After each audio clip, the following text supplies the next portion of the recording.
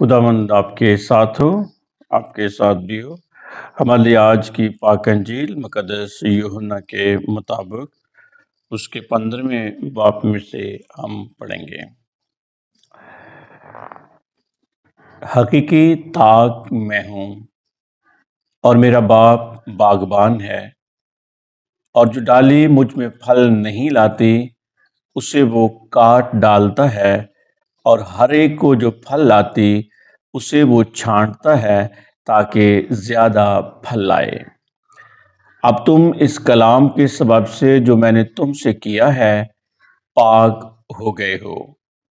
تم مجھ میں قائم رہو اور میں تم میں قائم رہوں گا۔ جس طرح کہ ڈالی جب تک وہ طاق میں لگی نہ رہے اپنے آپ سے پھل نہیں لا سکتی، اسی طرح تم بھی جب تک مجھ میں قائم نہ رہو۔ طاق میں ہوں، تم ڈالیاں ہو۔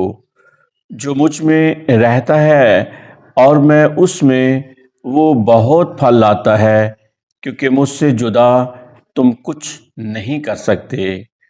اگر کوئی مجھ میں قائم نہ رہے تو وہ ڈالی کی طرح پھینک دیا جائے گا اور سوکھ جائے گا، اور لوگ انہیں بٹوریں گے اور آگ میں جھونک دیں گے اور وہ جل جائیں گے۔ اگر تم مجھ میں قائم رہو اور میری باتیں تم میں رہیں تو جو کچھ تم چاہتے ہو مانگو، وہ تمہارے لیے ہو جائے گا۔ میرے باپ کا جلال اسی سے ہے کہ تم بہت پھل لاؤ، یوں ہی میرے شاگرد ٹھہرو گے۔ پاک انجیل کے وسیلے سے ہم سب کے گناہ معاف کیے جائیں۔ اے مسیح تیری ستائش ہو۔ گڈ مارننگ پیارے بھائیوں اور بہنوں۔ پاک انجیل میں خداوند یسوع مسیح نے اپنے آپ کو طاق کہا ہے اور اپنے باپ کو باغبان کہا ہے۔ طاق انگور کا درخت اور ہمیں ڈالیاں کہا ہے۔ جب طاق کے بارے میں ہم پرانے عہد نامے میں دیکھتے ہیں تو ہمیں معلوم ہوتا ہے کہ پرانے عہد نامے میں اسرائیلی قوم کو اس طاق سے تشبیہ دی گئی ہے جس کو یہوہ نے لگایا، اور اس کی کنوٹیشن بڑی ریلیجس ہے۔ اشعیاہ کہتا ہے، پس رب الافواج کا طاقستان اسرائیل کا گھرانہ ہے۔ ارمیہ کہتا ہے کہ خدا نے اچھے سے اچھے بیج کا عمدہ طاق لگایا ہے، پھر تو کس طرح میرے لیے جنگلی طاق کی نکمی ڈالیوں میں بدل گئی۔ لہذا طاق اسرائیل کا، بلکہ اسرائیلی قوم کا ایک قومی نشان، انحطاط اور زوال کی علامت، روحانی بدحالی اور اخلاقی پستی کا نشان بن گئی، اور اسرائیلی قوم بے وفا اور بے پھل ثابت ہوئی۔ اس لیے اب خداوند یسوع مسیح نئے عہد نامہ میں اپنے آپ کو حقیقی طاق کے طور پر پیش کرتا ہے۔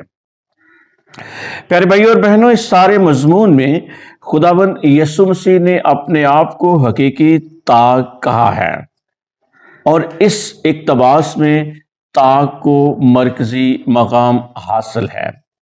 اپنے باپ کو اس نے باغبان کہا ہے، اور باغبان کا کام یہ ہے کہ جو ڈالی پھل نہیں لاتی اسے وہ کاٹ ڈالتا ہے، اور جو پھل لاتی ہے اسے وہ چھانٹتا ہے۔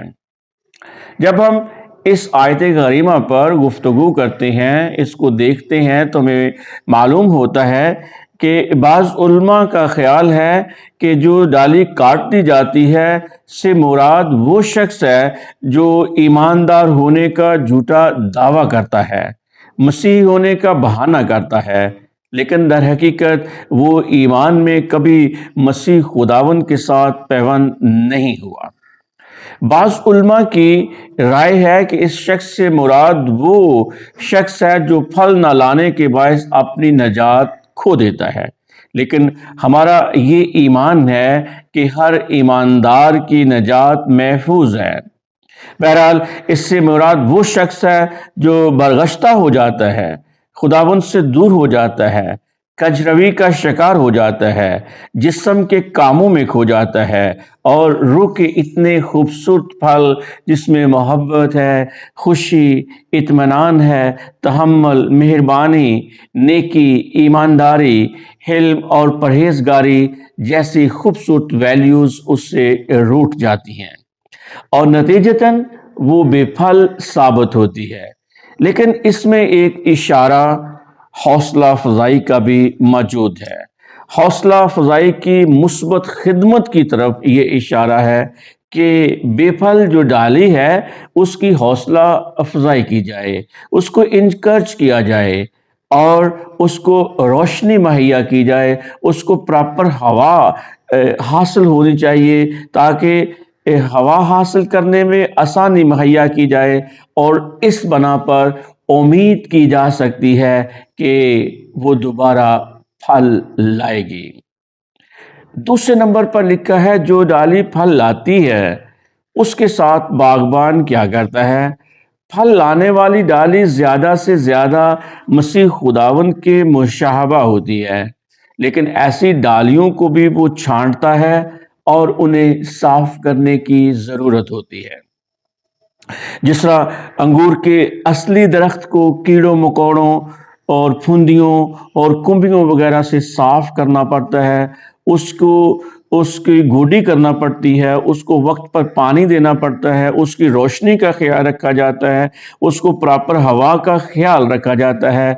इसी तरह एक मोमन भी उन तमाम दुनियावी बातों से साफ करना पड़ता है जो उसे चिमट जाती हैं, जैसे सुस्ती में मुब्तला हो जाता है, काहली में चला जाता है और जिस्म के वो दूसरे तमाम काम जिनका जिक्र पौलुस रसूल ने गलातियों के नाम खत उसके 5वें बाब में किया है।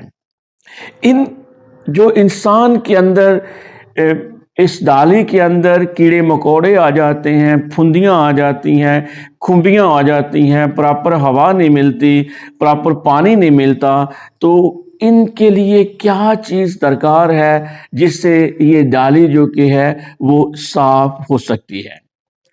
इसको साफ करने के लिए ये वही चीज़ है जो हमारे कदमों के लिए चिराग है और हमारी राह के लिए रोशनी है, वही जो हमारे बातिन की सफाई करता है, यानी खुदा का कलाम। जैसे खुदावन ने कहा कि अब तुम इस कलाम के सबब से जो मैंने तुमसे किया है पाक हो गए हो।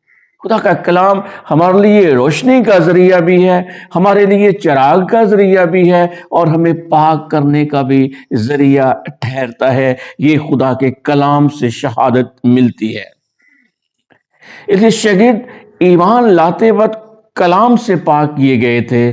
जब खुदावन उनसे कलाम कर रहा था तो उनकी जिंदगियों को पाक कर रहा था। ये आयत करीमा पाक किए जाने और रास्त बाज ठहराए जाने की तरफ इशारा करती है। इस कलाम में जो आज इक्तबास पढ़ा गया है, इसमें लिखा गया है कायम रहना, अपनी असल के साथ पैवस्त रहना, उसके साथ जुड़े रहना और हमारी असल जो कि है जिसके साथ हमने कायम रहना है वो हमारा मसीह खुदावंद है। एक मोमन का यही मकाम है और एक मोमन का यही क़याम भी है। रोज़मर्रा के कामों में हम देखते हैं कि रोज़मर्रा के खुदावन की गहरी रफ़ाकत में रहने की ज़रूरत है। अपनी नशोनुमा के लिए, बल्कि रूहानी नशोनुमा के लिए हमें हकीकी खुराक की ज़रूरत है, दुआ में वक्त गुजारने की ज़रूरत है, कलाम का मतालिया करने की ज़रूरत है और न सिर्फ मतालिया बल्कि उस पर अमल करने की भी। लोगों के साथ वो रफ़ाकत रखने की ज़रूरत है जिसकी तरफ मसीह खुदावन इशारा करते हैं और इस यगानगत को मुसलसल कायम रखने के वसीले से हम अपने खुदावन में कायम रह सकते हैं। हमारे आज के इक्तबास का बुनियादी मजमून भी कायम रहना है और फल लाना है। सिर्फ कायम रहना नहीं बल्कि फल लाना भी है और अंगूर की डाली का बड़ा मकसद भी यही है कि वो कायम रहे और फल लाए। उस वक्त तक वो फल नहीं ला सकती जब तक वो कायम नहीं रहते। अंगूर की डाली फर्नीचर बनाने या घर बनाने के लिए बेकार लकड़ होती है, बल्कि वो जलाए जाने के लिए भी अच्छी साबित नहीं होती है, लेकिन फल लाने के लिए इंतहाई अच्छी और खुश जायका होती है, बशर्ते कि वो ताक में कायम रहे। कई बार बेपरवाही और दुआ मांगना तर्क कर देने के बायस ईमानदार खुदावंद से दूर हो जाता है और नतीजतन वो गुनाह कर बैठता है और उसकी गवाही बर्बाद हो जाती है। प्यारे भाइयों और बहनों, मसीह में कायम न रहने के बायस वो डाली की तरह फेंक दिया जाता है और आग में झोंक दिया जाता है। कायम रहने का कामयाब कीमियाई नुस्खा कलाम खुदा और दुआया जिंदगी है। कलाम के वसीले से उसको जिस कदर जानते हैं उसी कदर उसको समझने लगते हैं, और जिस कदर हमारी मर्जी उसकी मर्जी के ताबे हो जाती है उसी कदर हमें यकीन होता है कि हमारी दुआओं का जवाब मिलेगा। इस बाब के अंदर दर्जा बदर्जा तरक्की पर गौर करें। पहले फल का जिक्र किया गया, फिर ज्यादा फल का जिक्र किया गया और आखिर में बहुत सा फल लाने का जिक्र किया गया है। लिहाजा शगीर्द ठहराए जाने का एक ही मतलब है कि उसमें कायम रहा जाए, ताक के साथ जुड़ा रहा जाए, और उसके बगैर हमारी कोई हैसियत नहीं है अगर हम अपनी असल को और अपनी बुनियाद को छोड़ देते हैं। खुदावंद मुझे और आप सबको समझने की तौफीक दे। आमीन।